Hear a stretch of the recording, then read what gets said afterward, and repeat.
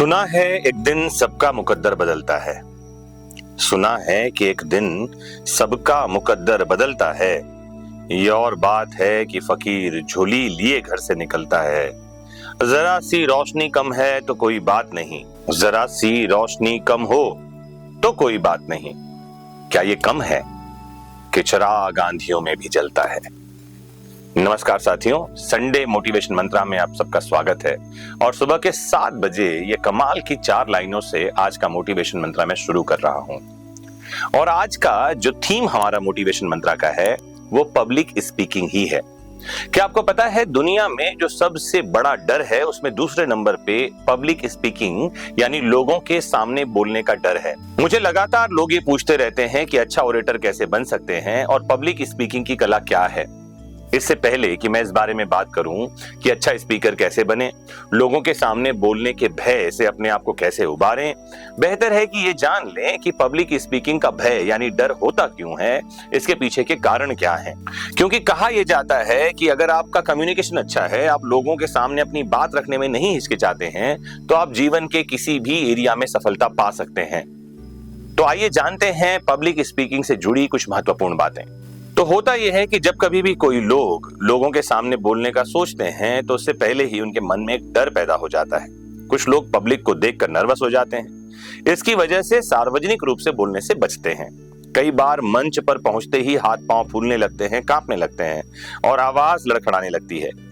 ऐसा जब होता है तो इसे स्पीच एंजाइटी या ग्लासोफोबिया के नाम से जाना जाता है। GLOSSOPHOBIA।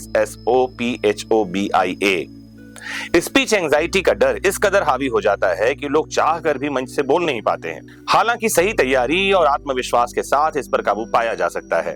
तो पब्लिक स्पीकिंग या ग्लॉसोफोबिया के डर का कारण क्या है, रीजन क्या है इसके पीछे। तो सबसे पहला कारण है सार्वजनिक रूप से बोलने का अनुभव न होना। अगर आपने जीवन में कभी खुले मंच पर लोगों के सामने बात नहीं की है या बात नहीं रखी है तो एंजाइटी, स्पीच एंजाइटी का होना स्वाभाविक है। दूसरी बड़ी बात है विषय को लेकर जानकारी का अभाव होना। जानकारी का अभाव होना, विषय को नहीं जानना, ये कारण हो सकता है, लेकिन अगर आपके पास पर्याप्त समझदारी है और आप प्रेजेंस ऑफ माइंड रखते हैं तो ऐसे सिचुएशन को भी हल कर सकते हैं। मैंने एक बहुत प्यारी सी कहानी सुनी। एक बार एक विद्वान हुए मुल्ला नसरुद्दीन नाम के, उनको कुछ लोग बुलाने के लिए गए और कहा कि आज आपको एक स्पीच देनी है। जब वो मंच पर बोलने के लिए गए तो ऐसा विषय उनको दे दिया गया जिसके बारे में उनके पास रत्ती भर जानकारी नहीं थी। वो माइक पर पहुंचे और उन्होंने आते ही सबसे पूछा कि क्या आपको पता है मैं आज आपसे क्या बात करने वाला हूं? क्या मैं जो विषय जिस पर आपसे बात करने वाला हूं उसकी आपको जानकारी है? और सब ने कहा कि नहीं, हमको जानकारी नहीं है। तो मुल्ला नसरुद्दीन ने कहा फिर बोलने का क्या मतलब है? आप लोगों से क्या बात की जाए जब आप इस विषय के बारे में कोई जानकारी नहीं रखते हैं। चलिए मैं फिर अगली बार आऊंगा और अगली बार जब आऊंगा तो आप विषय की जानकारी पहले से लेकर रखना। मुल्ला नसरुद्दीन कुछ दिन बाद फिर बोलने के लिए आए और जब बोलने के लिए आए तो उनको एक ऐसा विषय दिया गया जिसके बारे में उनके पास जानकारी नहीं थी। लेकिन इस बार जो लोग सुनने आए थे उन्होंने इस विषय की जानकारी ले रखी थी।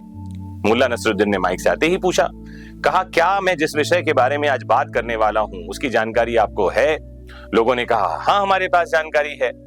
तो मुल्ला नसरुद्दीन कहते हैं कि ठीक है, अगर आपके पास ऑलरेडी जानकारी है तो फिर मुझे उस बारे में क्या ही बात करनी, कोई दूसरा विषय चुनते हैं। अब उन्होंने दूसरा विषय पूछा, हो सकता है जिसके बारे में जानकारी हो।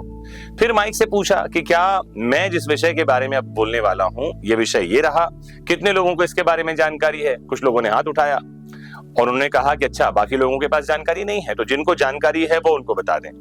तो एक मजाक है जहां पर में हम पब्लिक स्पीकिंग के रहस्य को समझ रहे हैं कि अगर आपके पास समझदारी और प्रेजेंस ऑफ माइंड है तो आप ऐसी सिचुएशन को भी हल कर लेते हैं। तो पब्लिक स्पीकिंग की एंजाइटी की समस्या के 2 कारण मैंने बताए। तीसरा कारण है पूरी तैयारी के बिना स्टेज पर जाना। चौथा कारण हो सकता है गलत तरीके से आके जाने का डर, कोई जज तो नहीं करेगा इस बारे में डर होना। 5वां कारण हो सकता है दिमाग में नकारात्मक विचारों का हावी होना। 6वां कारण हो सकता है दर्शकों की प्रतिक्रियाओं को लेकर सोचना। और 7वां और बहुत इंपॉर्टेंट कारण है कि लगातार ये सोचते रहना कि कहीं मुझसे कोई गलती ना हो जाए, कहीं मुझसे कोई गलती ना हो जाए।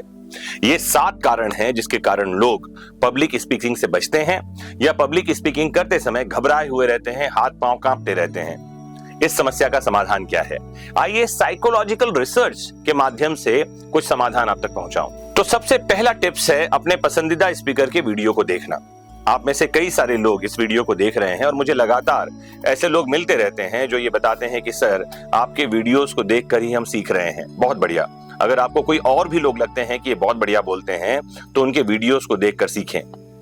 फिर दूसरी इंपॉर्टेंट बात है कि अगर आप जिस विषय पर बोल रहे हैं उससे रिलेटेड कोई अगर वीडियोस या कोई किताब आपके पास में है तो उस बुक से या उस वीडियो से काम के कंटेंट को डायरी में नोट करते जाइए। तीसरी महत्वपूर्ण बातें हैं, खूब किताबें पढ़िए और भाषा पर अपनी पकड़ बनाइए। चौथा इंपॉर्टेंट टिप आपके लिए यह है कि अपनी स्पीच का वीडियो बनाइए या ऑडियो रिकॉर्ड कीजिए, उसको सुनिए और जो गलतियां आप कर रहे हैं उसको नोट कीजिए। पांचवी और बहुत महत्वपूर्ण बात यह है कि बोलने से पहले विषय के बारे में बहुत गहनता से अध्ययन कीजिए। छठी बात यह है कि विषय से संबंधित कोई डेटा या सरप्राइजिंग इंफॉर्मेशन इकट्ठा कीजिए। सातवीं और बहुत महत्वपूर्ण बात यह है कि पहले ऐसे लोगों के सामने प्रैक्टिस करिए जिनके साथ आप सहज हैं, उनको बोलकर सुनाइए। आठवीं इंपॉर्टेंट बात यह है कि अगर ऐसे लोग जिनके सामने आपने प्रैक्टिस की है वो कोई अगर फीडबैक दे रहे हैं तो उस फीडबैक को गंभीरता से लीजिए और जो कमी बताई जा रही है उसको सुधारिए। नवीं और बहुत इंपॉर्टेंट बात यह है कि अगर प्रैक्टिस के दौरान कोई पॉइंट बार बार भूल रहे हैं तो उसको नोट करके रख लीजिए। 10वीं और बहुत इंपॉर्टेंट बात, लंबी स्पीच को रटने की बजाय उसको समझने की कोशिश कीजिए और पॉइंटर्स में उसे याद कीजिए। 11वीं महत्वपूर्ण बात यह है कि मंच पर जाने से पहले अपने परफॉर्मेंस को लेकर पॉजिटिव रहिए। 12वीं और बहुत इंपॉर्टेंट बात यह है कि बोलते समय हमेशा स्पीच पर ध्यान दीजिए, दर्शकों की प्रतिक्रियाओं को भूल जाइए। 13वीं इंपॉर्टेंट बात यह है कि स्टेज पर बॉडी लैंग्वेज को पॉजिटिव रखिए, इससे आत्मविश्वास झलकता है और आपका स्पीच बेहतर होगा। तो स्पीच एंजाइटी से उबरने के लिए और एक प्रभावी वक्ता बनने के लिए ये 13 टिप्स मैं आपके लिए लेकर आया था। आप एक अच्छे वक्ता बने, आपका संप्रेषण कौशल यानी कम्युनिकेशन स्किल जो है वो बेहतर हो, आप जीवन के हर एक दिशा में, हर एक जगह पर, हर एक मार्ग पर सफल हो, ऐसी मैं आपके लिए कामना करता हूं। जुड़े रहना है आपको अपने फेवरेट प्लेटफॉर्म विधिक शिक्षा से। संडे के दिन मोटिवेशन तो लेना ही है, जीवन की राह को आसान करना है, सफलता की राह को आसान करना है। अगर आप ऐसे ही किसी और विषय के बारे में जानना चाहते हैं तो जरूर कमेंट बॉक्स में जुड़कर बताइए, मुझे खुशी होगी आप तक ऐसी जानकारी लाने में। अगर आपने कमेंट, शेयर और सब्सक्राइब कर दिया है तो बेल आइकॉन क्लिक करना नहीं भूलना, तभी तो आपको ऐसे वीडियोस के लिंक तुरंत ही मिलेंगे जैसे ही अपलोड होंगे। नजदीकियां कैसे बढ़ेंगी फिर हमारी। नमस्कार, जय हिंद।